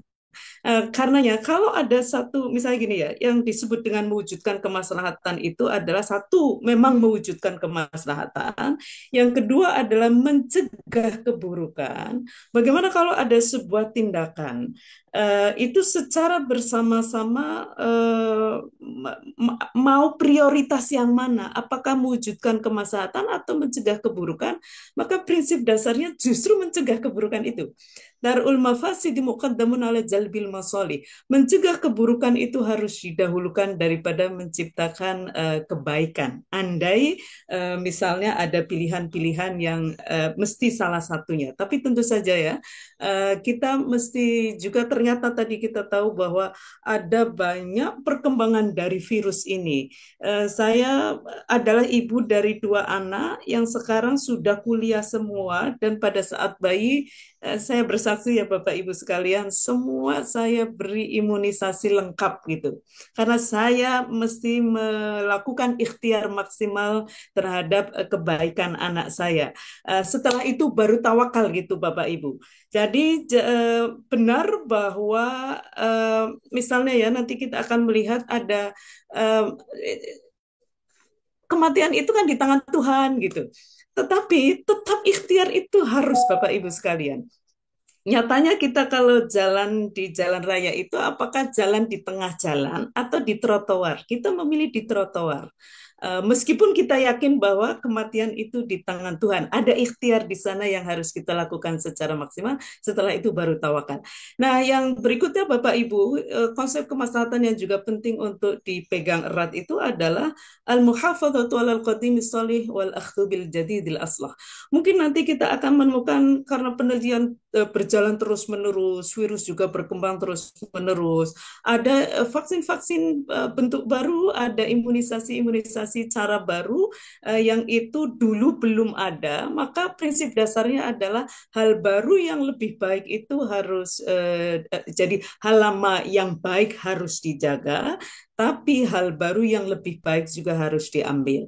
Juga tentang bentuk-bentuk kemaslahatan tadi sempat disebutkan ya. Jadi misalnya bagaimana mendudukkan vaksin imunisasi ini dalam konsep maqasidus syariah.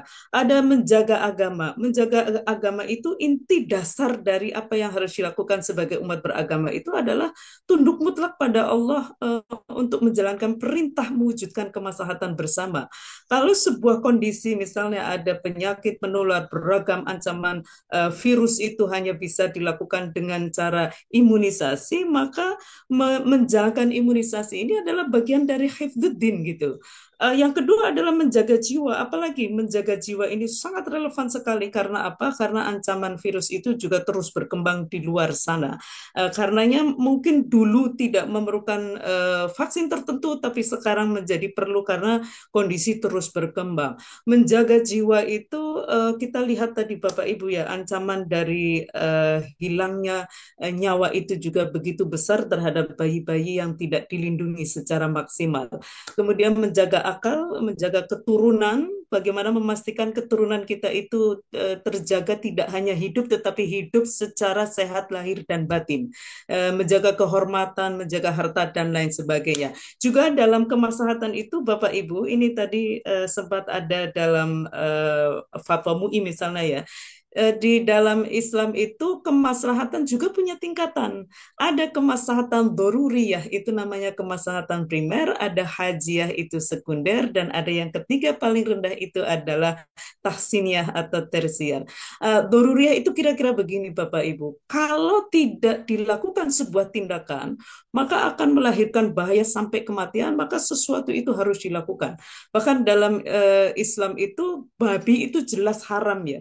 Tapi kalau hanya bisa bertahan hidup itu dengan memakan itu karena itu yang ada, maka dia bisa menjadi halal li ghairihi gitu. Dia tetap haram tapi menjadi halal karena ada situasi dan kondisi yang mendesak misalnya seperti itu. Nah, sekunder itu hajia adalah sesuatu yang dia kalau tidak ada itu berdampak kesulitan, misalnya cacat dan lain sebagainya ya, tidak bisa berkembang secara optimal, bahkan mungkin anak ini bisa berkembang dengan apa ya, mental yang tidak juga optimal, itu bisa masuk kategori pemberian vaksin yang bersifat hajiyah gitu. Tersier tentu saja adalah sebuah vaksin yang dia kalau diberikan dia akan menjadi sekedar lebih baik atau lebih aman, tetapi kalau tidak diberikan menjadi tidak apa-apa, itu adalah tersier. Nah, yang juga perlu diperhatikan sekali dalam pemberian vaksin soal kemaslahatan itu adalah, sekali lagi, kemaslahatan dalam Islam itu tidak hanya kemaslahatan bersifat personal. Benar bahwa orang tua itu penting untuk menjaga anaknya sehat, menjaga dirinya sehat, tetapi orang tua dan anak juga atau sebuah keluarga itu juga punya tanggung jawab sosial untuk memastikan keluarga yang lain itu juga sehat. Karena itu vaksin sekali lagi itu adalah ikhtiar untuk memberi kekebalan tubuh sehingga tidak mudah sakit, sekaligus melindungi lingkungan supaya tidak dapat penyakit gitu. Karenanya ruang lingkup kemaslahatan yang ingin dicapai dan kita melihat sendiri di dalam konteks imunisasi itu adalah kemaslahatan yang bersifat personal, kemaslahatan keluarga, kemaslahatan masyarakat supaya tidak ada pandemi penyakit apapun, kemaslahatan negara sebagai sebuah bangsa. Dan alhamdulillah sekali Bapak Ibu, kita punya pemerintah yang punya komitmen untuk menjaga kemaslahatan bangsa, termasuk di dalamnya adalah kesehatan melalui vaksin, kemudian memudahkan masyarakat untuk bisa memperoleh vaksin, bahkan kemaslahatan dunia. Kita tahu tadi dari penjelasan Pak Dokter itu, kesehatan dunia itu juga sudah ada organisasinya, yaitu WHO. Jadi Bapak Ibu sekalian, mari kita berpartisipasi untuk menjaga kesehatan secara internal dan eksternal sebagai bagian dari tanggung jawab iman. Berikutnya mari kita lihat bagaimana sebuah tindakan itu kemudian dihukumi di dalam Islam. Jadi dalam hukum Islam itu ada sebuah prinsip yang sesuatu itu dalam prinsip dan nilai itu tidak ada tawar-menawar. Pak, misalnya tadi itu, bahwa setiap tindakan itu tujuan akhirnya hanya untuk kemaslahatan bersama itu. Tidak boleh orang mengambil tindakan itu maslahat buat diri sendirinya, buat diri sendiri, tapi berdampak mafsadat buat orang lain. Itu sebetulnya tidak boleh. Nah, tapi dalam soal cara, dalam soal bentuk, itu sangat fleksibel sekali. Karenanya dalam hukum Islam itu ada satu prinsip, taghayyurul ahkami bitaghayyuril azminati wal amkinati wal ahwal. Jadi sebuah hukum itu akan ditentukan berdasarkan dinamika zaman, dinamika tempat, dan dinamika kondisi itu. Begitupun nanti yang terjadi pada vaksin ini, dia akan dilihat terus-menerus ya. Misalnya apakah zamannya masih menghendaki, misalnya pada saat ini ada virus apa, maka sebuah vaksin itu akan ditentukan efektivitasnya atau hukumnya berdasarkan kaitannya dengan situasi, kondisi di sebuah ruang dan tempat, kira-kira begitu. Kalau misalnya sebuah masyarakat sudah kayak tadi, sudah bebas dari cacar yang disebutkan tadi itu ya oleh Pak Dokter, bukan cacar air, maka vaksin menjadi tidak perlu lagi gitu. Vaksin yang tadi berkaitan dengan virus yang sudah terasasi secara global itu. Jadi ada tiga paling tidak ya. Satu, zatnya tadi juga disebutkan ya. Apakah zat itu digunakan dari sesuatu yang halal atau tidak? Nah, zat ini nanti akan juga ada sesuatu zat yang halal, dia bisa istilahnya adalah halal lidzatihi. Jadi zatnya halal tapi dia bisa haram li ghairihi. Misalnya karena prosesnya yang tidak benar gitu. Mencampur adukan yang tadinya halal suci dengan sesuatu yang haram atau najis. Jadi ada zat yang halal lidatihi karena dirinya, ada halal li ghairihi itu tadinya haram tapi jadi halal karena ada situasi dan kondisi tertentu. Misalnya ada sebuah vaksin yang itu dia bisa mencegah bahaya wabah yang sangat nyata di masyarakat, tapi belum ditemukan versi halalnya. Sedangkan kalau itu tidak diberikan, maka akan terjadi mudarat yang lebih besar. Maka dat yang seperti ini asalnya haram bisa menjadi halal li ghairihi dalam situasi dan kondisi tertentu itu. Juga tujuan akan menentukan ya, misalnya vaksin untuk menjaga kesehatan masyarakat, atau misalnya vaksin yang penting produk vaksin ini laris sehingga saya untung, itu akan berbeda. Dan kita percaya bahwa di Indonesia punya mekanisme, punya aturan yang akan mencegah tujuan-tujuan yang bertentangan dengan kesejahteraan masyarakat secara umum. Cara juga akan menentukan sebuah vaksin itu diproses secara apa, itu akan menentukan status hukumnya. Dan Bapak Ibu, sebetulnya kita beruntung di Indonesia itu karena Indonesia sendiri sudah punya Undang-Undang Nomor 33 tahun 2014 tentang produk makanan dan obat halal. Juga di Indonesia ini setidaknya ada 3 lembaga fatwa yang akan mengawal mana di antara vaksin-vaksin ini yang boleh diberikan kepada masyarakat di situasi dan waktu apapun karena sangat aman, dan mana di antara vaksin ini yang hanya boleh dalam kondisi darurat. Itu sudah ada proses, sudah ada sistem yang akan menentukannya. Karena itu sebetulnya sebagai bangsa Indonesia, masyarakat Indonesia, kita sudah dilindungi oleh negara di satu sisi dan juga oleh organisasi-organisasi keagamaan. Ada Muhammadiyah, ada Nahdlatul Ulama, ada MUI yang akan terus-menerus bekerja sama dengan pemerintah untuk memastikan apa yang diberikan pada masyarakat itu adalah sesuatu yang memang dibetulkan atau dibenarkan oleh agama. Terakhir, Bapak Ibu sekalian, memang ada beberapa fatwa tentang imunisasi. Boleh next slide?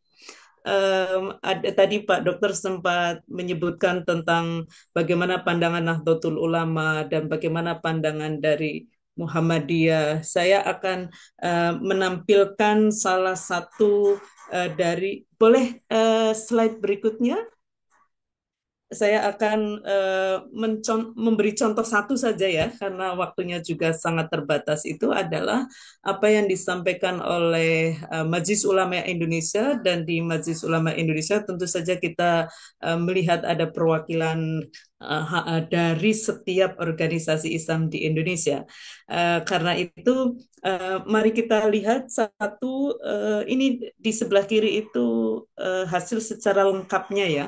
Kalau di sebelah kanan dengan berbagai pertimbangan, tentu saja dengan mendengarkan para ahli, termasuk ahli dalam bidang kesehatan, ahli dalam bidang vaksin, imunisasi, dan lain sebagainya. Kemudian mempertimbangkan bagaimana prinsip dan nilai dasar di dalam hukum Islam. Maka kita lihat bahwa Fatwa MUI nomor 4 tahun 2016 tentang imunisasi, satu hukum dasarnya adalah mubah. Vaksin yang diberikan itu wajib pakai vaksin halal dan suci. Yang ketiga, vaksin haram dan atau najis itu pada prinsipnya adalah haram, kecuali dalam kondisi daruriyat, andai tidak diberi vaksin itu kemudian bisa melahirkan kematian atau melahirkan bahaya yang dalam skala masif dan lain sebagainya ya. Itu daruriyat, itu prinsipnya adalah dia harus diberikan, kalau tidak maka ada resiko kematian yang atau hajat, maaf ini typo. Hajat itu adalah sesuatu yang andai dia tidak diberikan maka akan melahirkan melahirkan dampak kesulitan yang luar biasa meskipun tidak sampai kematian. Andai belum ditemukan yang halal dan suci, maka vaksin yang haram dan atau najis itu menjadi boleh dalam kondisi darurat itu. Nah, imunisasi atau pemberian vaksin itu bahkan bisa mencapai derajat wajib. Jika tanpanya, maka anak misalnya bisa mati penyakit berat, cacat permanen yang mengancam jiwa, dan tentu saja imunisasi tidak boleh jika menimbulkan dampak sebaliknya, yaitu justru membahayakan. Karena itu memang sekali lagi apa yang disebut sebagai halalan itu juga harus thayyiban ma'rufan, tidak hanya zatnya tetapi juga proses pembuatan vaksin, proses pembuatan imunisasi, dan tujuan dari pemberian vaksin itu akan menentukan hukum Islam. Nah, Bapak Ibu sekalian, apa yang bisa kita lakukan adalah bagaimana kita, satu ya, melindungi diri sendiri, yang kedua adalah melindungi anak-anak kita. Apakah kita boleh mengkhawatirkan anak kita itu akan menjadi generasi yang lemah? Bukankah misalnya ya, anak itu rezekinya sudah ditanggung oleh Tuhan, termasuk rezeki kesehatan? Maka jawabannya Bapak Ibu, kita itu justru disuruh khawatir sama Tuhan. وَلْيَخْشَى لَوْ تَرَكُوا مِنْ خَلْفِهِمْ ذُرِّيَّةً ضِعَافًا. Kita itu disuruh khawatir sama Tuhan, jangan sampai meninggalkan generasi yang lemah. Maka salah satu ikhtiar yang harus kita lakukan pada hari ini, melihat situasi dan kondisi yang ada, untuk memastikan generasi atau anak-anak yang kita kelak tinggalkan atau yang sekarang ini sedang kita rawat itu menjadi generasi yang kuat, adalah dengan melakukan imunisasi itu. Jangan ragu Bapak Ibu, mari kita ikhtiar semaksimal mungkin sesuai dengan kemampuan dan kapasitas kita, dan mari kita syukuri bahwa pemerintah juga tokoh agama sudah melakukan proses panjang untuk mengatakan ya, untuk bekerja sama untuk memastikan kesehatan bangsa ini melalui imunisasi, dan itu Bapak Ibu setiap tahun itu diingatkan tentang pentingnya imunisasi melalui Pekan Imunisasi Dunia ini. Mari bersyukur dengan memanfaatkan anugerah ini sebaik-baiknya, sambil kita selalu, misalnya begini ya Bapak Ibu, mungkin tidak semua negara itu punya tenaga kesehatan sampai di apa itu ya, puskesmas itu sampai dengan di tempat yang bahkan ada posyandu yang itu di RT, itu belum tentu ada di banyak negara Bapak Ibu. Maka mari kita syukuri pemerintah sudah membuat sistem kesehatan sedemikian dekat dengan masyarakat, dan mari kita bantu generasi kita bisa menjadi generasi emas. Jangan sampai menjadi generasi cemas.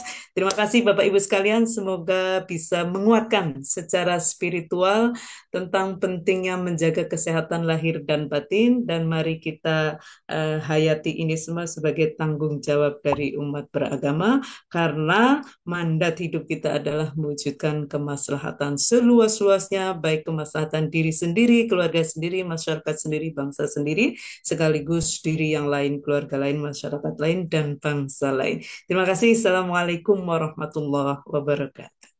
Waalaikumsalam warahmatullahi wabarakatuh.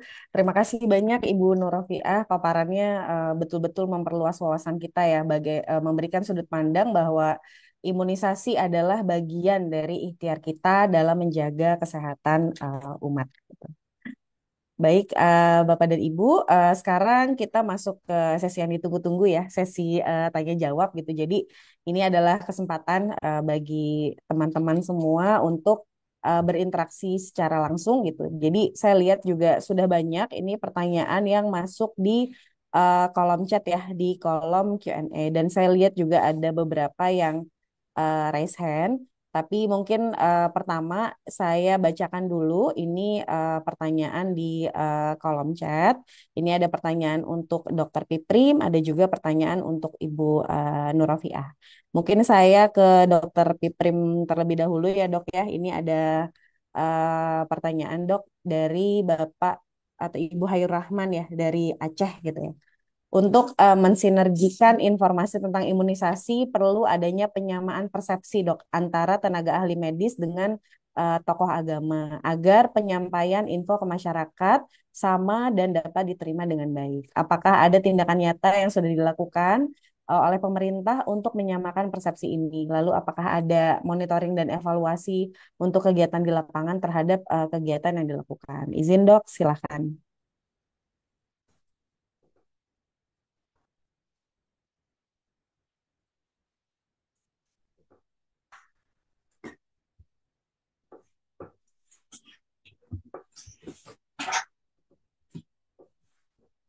Rafiat terlebih dahulu ya. Gimana? Oh iya dok. Oh ya dok. Baik dok, ini ada pertanyaan dahulu ya. Gimana? Oh iya dok. Oh ya dok. Baik dok, ini ada pertanyaan dok dari Bapak Khairuman dari Aceh. Untuk mensinergikan informasi tentang imunisasi perlu adanya penyamaan persepsi antara tenaga medis dengan tokoh agama agar penyampaian info dapat diterima dengan baik. Apakah sudah ada tindakan nyata dok yang dilakukan dan apakah dilakukan evaluasi terhadap hal tersebut? Saya jawab. Ya, terima kasih. Lagi ada rapat.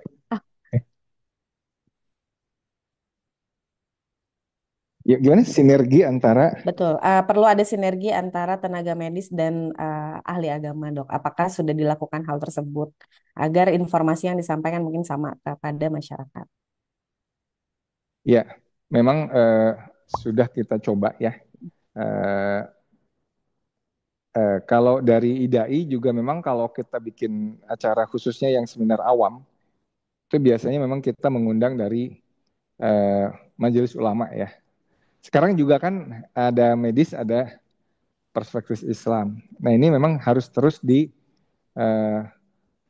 seperti ini ya.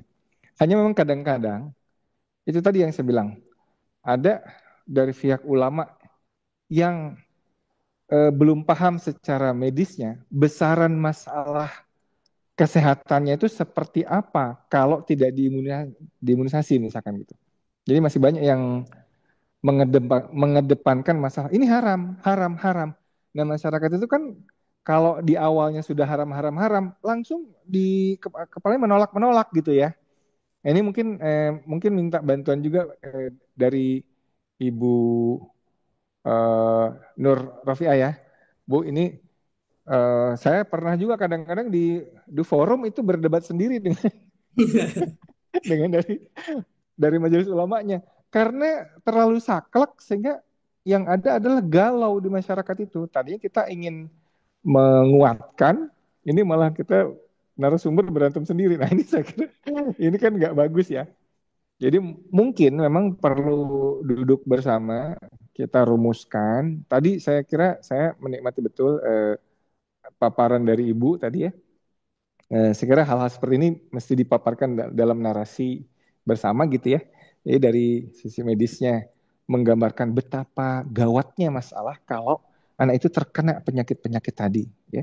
Dari sisi maqasid syariahnya juga itu memang tujuan Islam tuh kayak gitu ya. Ada tahapan-tahapannya, ada darurat, ada hajiat dan sebagainya. Itu sebenarnya di Fatwa MUI sudah dijelaskan. Ini memang masih dalam kita kolaborasi ya. Memang masih perlu ditingkatkan lagi. Saya kira itu Mbak Tani. Baik, terima kasih Dokter Piprim. Dari Ibu Nurafiah, apa ada yang mau ditambahkan? Ya, terima kasih. Menurut saya penolakan itu karena pengetahuan yang mungkin tidak sama gitu. Misalnya kesadaran tentang bahaya sebuah virus itu menjadi mendesak untuk diinfokan dan jadi pengetahuan bersama. Mengapa? Karena saya yakin betul ini Pak Dokter dan Bapak Ibu sekalian. Kalau siapapun menyadari bahayanya, itu akan berubah pandangan keagamaannya. Biasanya yang kekeh mengatakan itu tidak boleh, itu tidak tahu dampak buruk dan bahayanya seperti apa andai vaksin itu tidak diberikan. Nah, problem dari tindakan preventif itu kan memang justru kalau dilakukan, dampak buruk itu tidak muncul. Karena itu penting menurut saya untuk dijadikan pengetahuan bersama berkaitan dengan situasi apa yang sebetulnya sedang diatasi oleh vaksin ini. Seperti tadi Pak Dokter itu punya gambar, punya video, itu kan membuka mata kita yang tidak tahu bahwa dampak buruk dan bahayanya itu bisa sejauh itu gitu Pak Dokter ini. Kayaknya yang gitu-gitu itu yang harus ditampilkan supaya orang ketika melakukan vaksin itu dia sadar sedang melindungi anaknya dari batuk yang kayak tadi itu sampai 100 hari. Saya yakin Pak Dokter nggak ada satupun orang tua yang mau anaknya itu batuk sampai jangankan 100 hari, sehari aja kita itu udah nggak tega lihat anak batuk itu. Tapi kalau tidak ada informasi tentang ini loh, kalau nggak dilakukan vaksin, dampaknya bisa sejauh ini. Mungkin kayak yang kita mengada-ada vaksin itu. Nggak ada bahaya kok, malah anak dibuat panas, dibuat kan gitu akhirnya pengetahuan awam itu.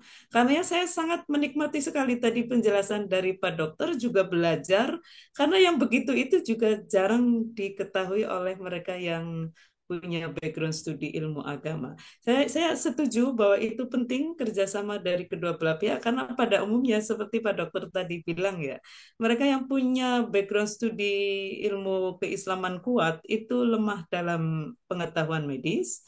Tapi pada umumnya ya, mereka yang kuat di medis, tidak semuanya, itu tidak punya background studi agama yang kuat. Karena itu memang ulama dan ilmuwan itu sama-sama sedang ikhtiar memahami ayat-ayat Tuhan, kemudian penting untuk berbagi pengetahuan, berbagi pengalaman supaya pengetahuan agama mempertimbangkan temuan sains, tetapi juga ilmuwan temuan sains mempertimbangkan nilai-nilai keagamaan yang ada, prinsip dan nilai dasarnya. Terima kasih, Mbak Nani. Terima kasih Dokter Piprim, Bu Nurofiah, penjelasannya sangat sangat clear gitu kan ya. Nanti ini saya lanjut ke pertanyaan kedua. Ini untuk Ibu Nurofiah terlebih dahulu. Bagaimana cara terbaik merespon pertanyaan dari warga yang bilang bahwa bagian dari ikhtiar menjaga kesehatan bukan dengan vaksin tapi dengan obat herbal? Nanti mungkin baik, mungkin bedanya nanti begini ya. Kalau dua-duanya kan ikhtiar ya, ikhtiar. Herbal ikhtiar, obat juga ikhtiar. Cuma bedanya pada obat itu ada sistem pengawasan proses, misalnya dosis sekian, dampaknya apa, itu kan ada monitoringnya yang jelas gitu. Dan akan uji laboratorium yang juga cukup panjang untuk tidak hanya menentukan apakah sebuah vaksin itu aman atau tidak, tetapi juga dosisnya seperti apa, kapan diberikan, itu kelihatan sekali. Makanya kan vaksin itu ada jadwal yang itu bukan sekedar jadwal, tapi hasil dari penelitian panjang. Nah, pada herbal itu tidak ada yang begitu itu. Karenanya menurut saya kalaupun kita ikhtiar melalui herbal, maka harus dipastikan herbal itu tidak berbahaya. Tapi herbal itu tidak ada proses tadi itu, pengecekan dari awal sampai dari hulu sampai hilir. Beda dengan vaksin. Karena itu menurut saya ikhtiar herbal itu apalagi kalau belum terbukti ya itu harus hati-hati. Karena herbal itu sekali lagi tidak ada proses pengawasan yang jelas, beda dengan vaksin.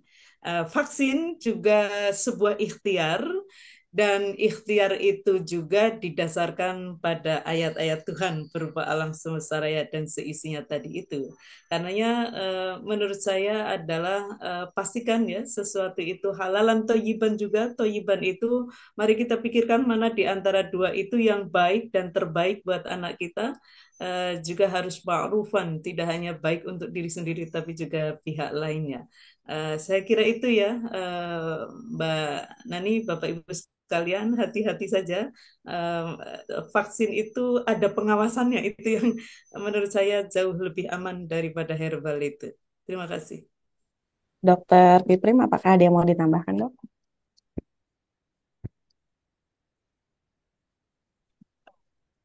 Ya, jadi tadi sudah disebutkan ya bahwa untuk sebentar, untuk bikin vaksin itu standar keamanannya jauh lebih tinggi daripada bikin obat, ya.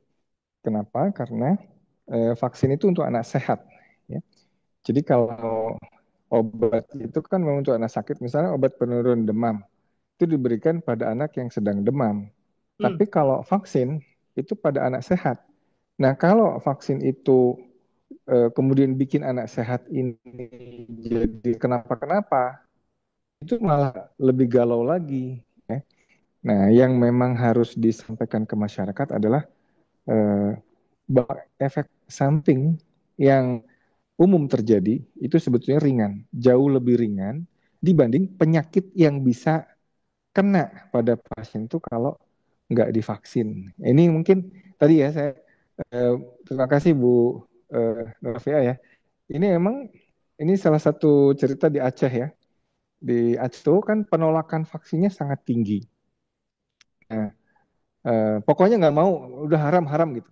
Akhirnya strategi ada teman-teman IDAI Aceh itu memanfaatkan layar tancap itu ya, film layar tancap di balai desa yang diputar dulu film-film gitu ya, film film biasa. Tiba-tiba di tengah-tengah ada film tentang anak yang lumpuh, yang polio. Ya, salah satu video yang tadi itu yang saya itu dari teman di Aceh tuh.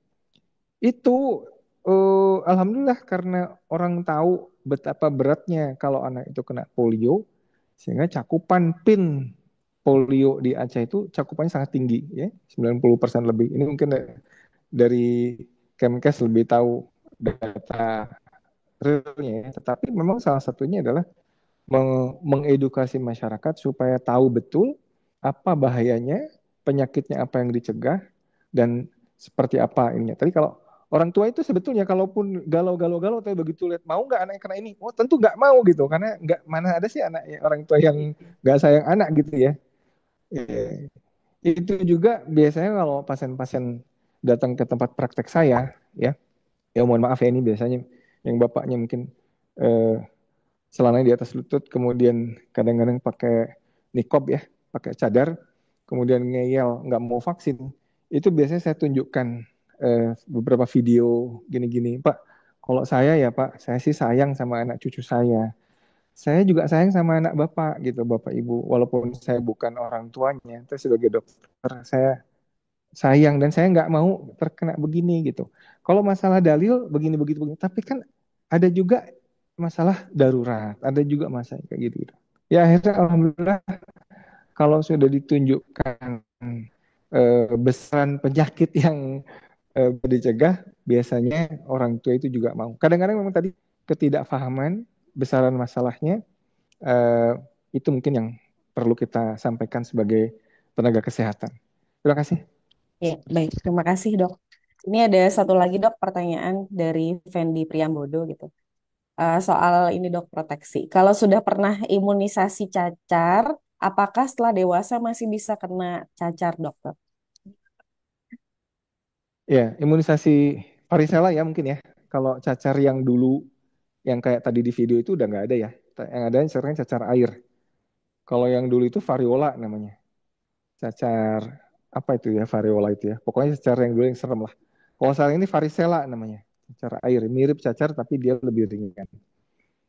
Nah ini kalau udah imunisasi, kalau imunisasinya sekali, itu kekebalannya eh, saya nggak apa 80%-an, 80, 85. Tapi kalau 2 kali diulang, kekebalan terhadap cacar itu bisa sampai 99% ya. Nah, jadi sebaiknya memang kalau bisa 2 kali ya, 2 kali diulang. supaya betul-betul kekebalannya hampir 100%. Memang tidak akan ada yang 100%. Nah, tapi kalau sudah pernah kena cacar air di masa kecil, insya Allah Bu, dia akan kebal terus sampai dewasa. Nah, kekebalan karena penyakitnya itu biasanya kekebalan lebih tinggi imunitasnya. Makanya kan orang dulu tuh ada gini, kalau ada anak kecil kena cacar air, suruh makan permen, permennya diemut bareng-bareng gitu ya. supaya pada kena semua cacar air. Karena mereka tahu bahwa kalau udah kena cacar air, nantinya bakal kebal pada pas gedenya gitu. Tapi kan itu cara tradisional ya. Kita kan pinginnya anak-anak itu dapat kebalnya, nggak dapat penyakitnya gitu kan. Jadi kalau kena campak misalkan, bisa aja habis campak itu kebal. Tapi kan anak kena campak itu menderitanya luar biasa ya. Belum komplikasi kalau kena radang otak, belum kalau kena radang paru, dia masuk ICU, pasang ventilator dan sebagainya. Nah ini begini nih, dengan ilmu pengetahuan modern sudah ada cara supaya kebalnya dapat tapi penyakitnya nggak dapat. Gitu kira-kira cacar air. Terima kasih. Terima kasih dok. Ini izin saya satu lagi untuk Ibu Nur Rofiah Bu. Dari Fikih Junianto. Apa saja kaitan antara imunisasi anak dengan pemberian vaksin sesuai dengan agama Islam? Apakah ada kaitannya? Sangat terkait tadi, semua presentasi saya kan bicara tentang itu. Bahwa memberikan vaksin pada anak itu bagian dari tanggung jawab orang tua untuk menjaga kemaslahatan anak tidak hanya jangka pendek, tetapi jangka panjang Bapak Ibu. Artinya kalau Bapak Ibu itu punya kesempatan untuk melakukan vaksin, itu Bapak Ibu sedang melindungi anak tidak hanya untuk hari itu, tapi juga sampai dewasa tadi itu. Lalu Bapak Ibu tidak memanfaatkannya, itu berarti Bapak Ibu sedang investasi sesuatu yang membahayakan pada anak. Karena kesempatan itu ada. Nah, kewajiban orang tua tentu saja adalah memastikan anaknya itu bisa sehat lahir batin. Yang itu alhamdulillahnya di Indonesia itu didukung oleh pemerintah dan didukung oleh banyak organisasi Islam besar untuk melakukan imunisasi itu. Karenanya memberikan imunisasi menurut saya itu bagian dari tanggung jawab iman untuk mewujudkan kemaslahatan keluarga yang nanti berdampak juga pada kemaslahatan masyarakat, bangsa, bahkan dunia itu. Saya kira itu Mbak Nani. Terima kasih. Baik, terima kasih Bu Nur Rofiah. Ini mungkin untuk sesi terakhir tanya jawab, saya kasih kesempatan dulu untuk yang dari tadi kayak udah raise hand, mungkin pegel tangannya ya, raise hand terus. Mungkin bisa dibantu oleh panitia. Ini ada beberapa ya, mungkin dari Ibu Hesti NR dari Dinkes Kukar Prof Kaltim, silahkan.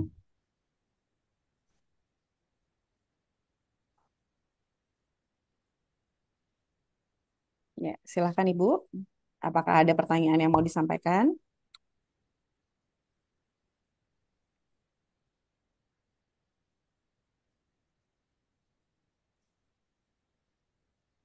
Ibu Hesti, apakah ada pertanyaan? Atau kalau tidak ada, saya geser dulu ke raise hand yang selanjutnya. Banyak ini. Dari Feni Handayani terlebih dahulu ya. Silakan Ibu Feni, apakah ada yang mau ditanyakan?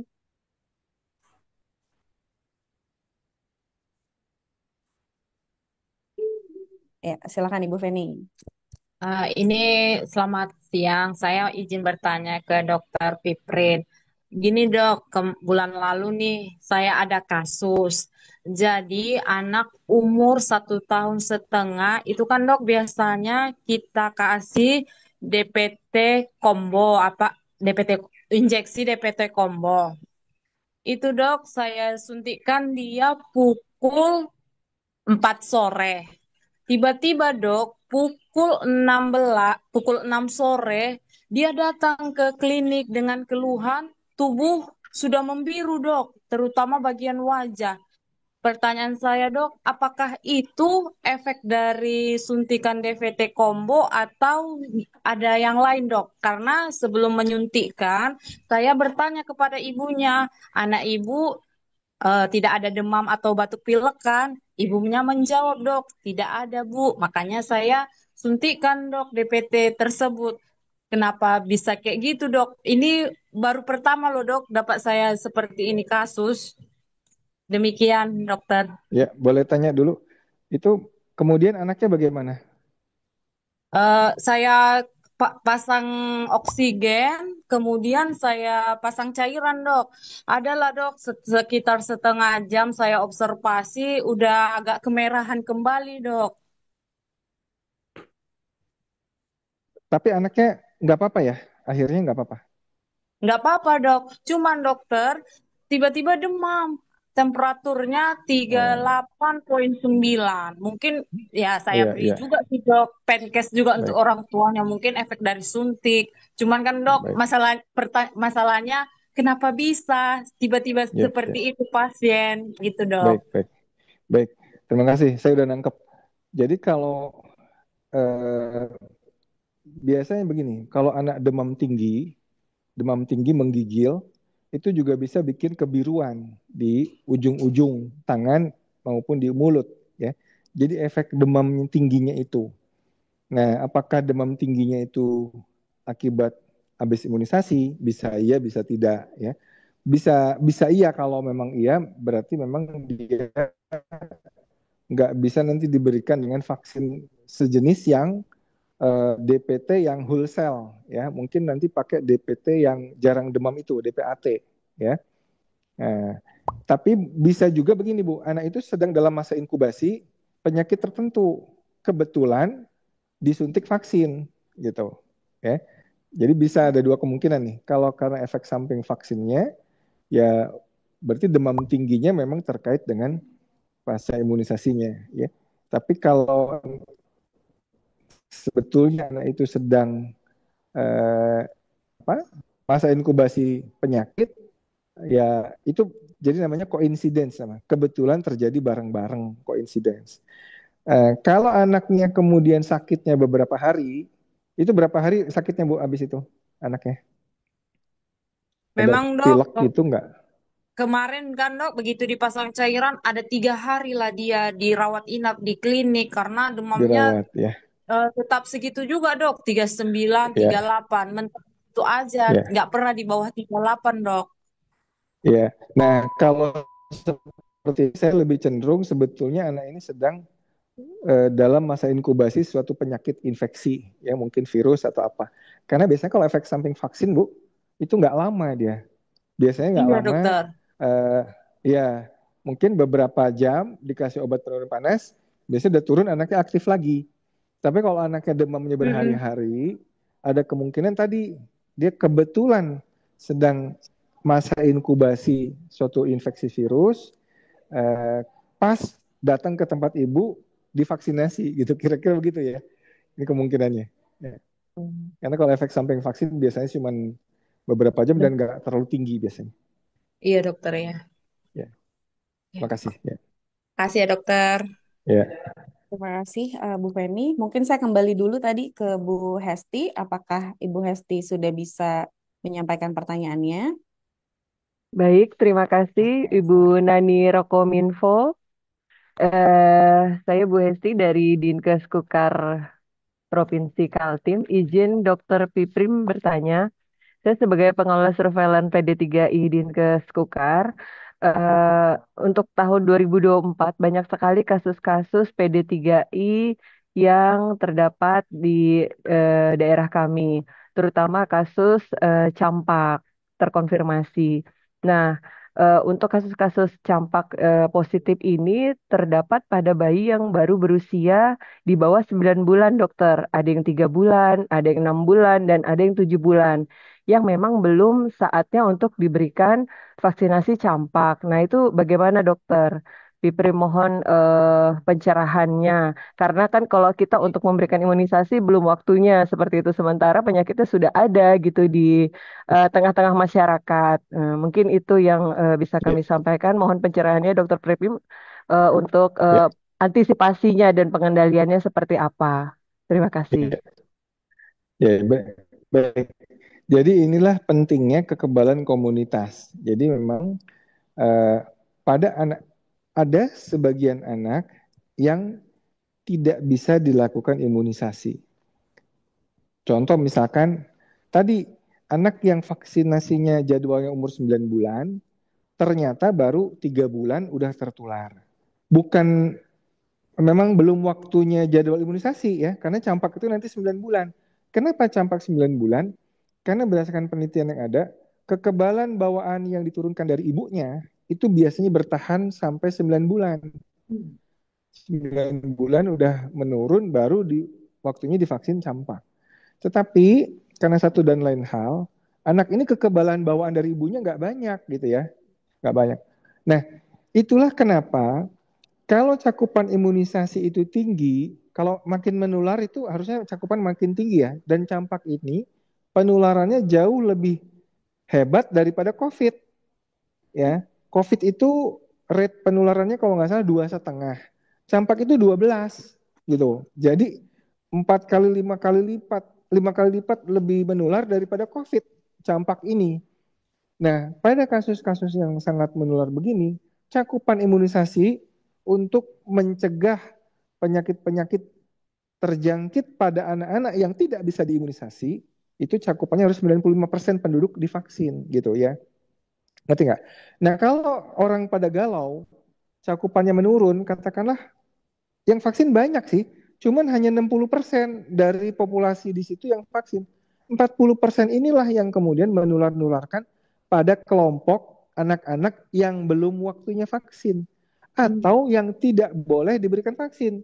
Pada anak-anak mana yang tidak boleh diberi vaksin? Misalnya pada anak-anak yang leukemia misalkan, kanker darah, itu daya tahan sedang turun, nggak boleh diberikan vaksin hidup yang dilemahkan. Atau pada anak-anak HIV misalkan, atau pada anak-anak sindrom nefrotik yang dapat terapi steroid. Jadi ada anak-anak yang memang nggak boleh vaksinasi. Nah, anak-anak seperti inilah dilindungi oleh teman-temannya, oleh kakak-kakaknya, oleh orang tuanya yang kebal dari penyakit campak. Gitu kira-kira ya. Jadi anak-anak seperti inilah dilindungi oleh komunitas di sekitarnya yang diberikan vaksinasi campak. Ini kepentingnya herd immunity, teori kekebalan komunitas. Kira-kira begitu Bu, memang nggak bisa kemudian anak 3 bulan itu dikasih vaksin campak. Nggak boleh, nanti melanggar aturan. Tapi anak-anak 9 bulan ke atas itu harus dipastikan vaksinasi MR-nya diberikan, MR ulangan diberikan juga. Karena MR ulangan pada usia 5 tahun misalkan, atau pada usia berapa, 18 bulan atau 2 tahun, itu juga penting. Karena anak-anak umur segini, itu sedang aktif-aktifnya. Nanti dia bawa virus campak kemana-mana, nularin pada adiknya yang kebetulan kekebalannya sudah habis dan belum dapat vaksin. Gitu kira-kira ya. Jadi ditingkatkan cakupan vaksinasi pada anak-anak di daerah situ. Ya, makasih. Izin dokter, maaf satu lagi. Jadi untuk anak-anak yang sudah terkonfirmasi positif campak ini, nanti di usia 9 bulan dia bisa mendapatkan imunisasi lagi kan dok ya? Untuk imunisasi campaknya. Ya, tetap aja dikasih Bu. Wah, Ya, jadi tetap dikasih lagi tetap, vaksin ya. campak sesuai jadwalnya. Baik, Karena nanti kasih, dokter. ada rubelanya kan? Katakanlah Ya, dia kena betul. campak. Tapi Ya, kan di tapi vaksin itu ada dua, rubelanya, ada rubelanya. betul, Dan rubela bisa betul. bikin cacat kalau menularkan ke ibu hamil muda. Nanti janinnya yang cacat, lebih parah lagi, ya kan? Jadi tetap aja diberikan MR di 9 bulan. Ya, Baik, terima terima kasih. kasih dokter Piprim. Ya, sama-sama. Baik, terima kasih Dokter Piprim. Terima kasih Bu Nurofiah. Ini ternyata waktunya tak terasa sudah 1 jam lebih ya. Izin saya kalau boleh sedikit menyimpulkan dari apa yang sudah disampaikan Dokter Piprim oleh dan Dokter Ibu Nurofiah, baik dari apa yang dipaparkan maupun dari sesi tanya jawab. Kalau boleh saya simpulkan dalam satu kalimat, baik dalam perspektif Islam maupun dalam perspektif medis, tujuan imunisasi itu satu ya, untuk menyehatkan masyarakat Indonesia. Jadi sejalan antara perspektif Islam dengan perspektif medis gitu ya. Terima kasih juga kepada semua yang sudah mengirimkan pertanyaan. Terima kasih juga atas ilmu yang sangat luar biasa dari dua narasumber kita. Tadi izin saya buka dengan pantun, jadi saya tutup juga sedikit dengan pantun gitu ya. Jangan lupa cakepnya gitu. Tetes tetes embun jatuh ke bumi. Menjadi rahmat yang tak terhingga. Cakep. Ilmu hari ini kita resapi agar imunisasi tak lagi diragukan maknanya. Terima kasih banyak. Cakep. Bapak dan Ibu, saya kembalikan lagi kepada MC. Silakan Novi. Terima kasih ya.